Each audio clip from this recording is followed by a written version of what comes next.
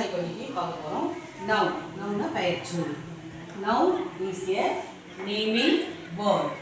Noun is a naming word. Noun என்பது என்னன்னா பெயர்ச்சொல். நேமிங்னா அது பெயர், பெயரை குறிக்கின்ற வார்த்தை பெயர்ச்சொல். Name of a person, place, animals, birds and things. Name of a person. Personனா மனிதர்களை குறிப்பது. Placeனா இடத்தை குறிப்பது. Animalsனா விலங்குகளை குறிப்பது.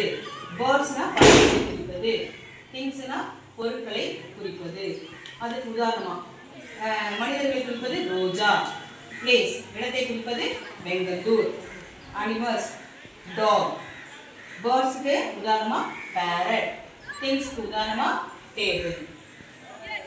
Noun என்பது பெயர்ச்சொல். அதுக்கு என்ன definition? Noun is a naming word. Noun என்பது பெயர்ச்சொல் அப்படின்னு நம்ம தமிழ்ல சொல்றோம். Name of a person, அதாவது ஒரு மனிதனுடைய பெயரை சொன்னாலோ, இடத்தோட பெயர் place இடத்தோட பெயரை சொன்னாலோ, animals அனிமலுடைய பெயரை சொன்னாலும், birds பறவைகளுடைய பெயரை சொன்னாலும், பொருட்கள் திங்ஸ்னா இங்கே திருப்பி பார்க்குற மாதிரி எல்லா பொருட்களை சொன்னாலும் நாம் என்ன பெயரை சொல்கிறோமோ அனைத்துமே என்னது பெயர் சொல். அதெல்லாம் நம்ம இங்கிலீஷில் போய் எழுதி கற்றுக்கிட்டோம். அது உதாரணமும் நம்ம கற்றுக்கிறோம். இன்னொரு தடவை படிச்சு காட்டுறேன். Noun is a naming word. Name of a person, place, animals, birds and things.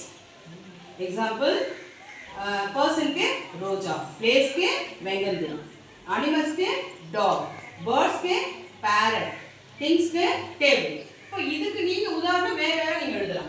இப்போ பர்சனா உங்க பேரே கூட எழுதலாம். உங்க வீட்ல இருக்கவங்களோட பேரை எழுதலாம். பிளேஸ்னா பாத்தீங்கன்னா இப்போ வெங்கந்தூர்ல எழுதணும்னு அவசியம் இல்லை. காணை எழுதலாம், சூரப்பட்டு எழுதலாம். எந்த ஊரை வேணா நம்ம சொல்லலாம். இடத்தை குறிக்கிற எல்லாமே நாட்டு பிளேஸ்ன்னு சொல்லலாம். அடுத்தது அனிமல்ஸ்ல எந்த ஒரு விலங்கினத்தோட பெயரை நீங்க எழுதலாம். கவ் கூட எழுதலாம். ஓகேவா? புரியுதா உங்களுக்கு? அடுத்து பேர்ட்ஸ்னா பறவைகள். எல்லா பறவைகளோட பேரும் நீங்கள் எழுதலாம். பீகாக் எழுதலாம், டவ் எழுதலாம், அப்போ இது காகம், க்ரோன் எழுதலாம். ஸோ இது மாதிரி பறவைகளோட பெயரெல்லாம் எழுதலாம். திங்ஸ்லாம் பார்க்குற பொருட்கள் எல்லாம் சேர், டேபிள், பெஞ்சு, ஸ்கேலு, பேக், நோட்டு, இது எல்லாத்தையும் நம்ம எழுதலாம். ஸோ இதை நம்ம நினைவில் இன்னைக்கு வச்சுக்கோம்.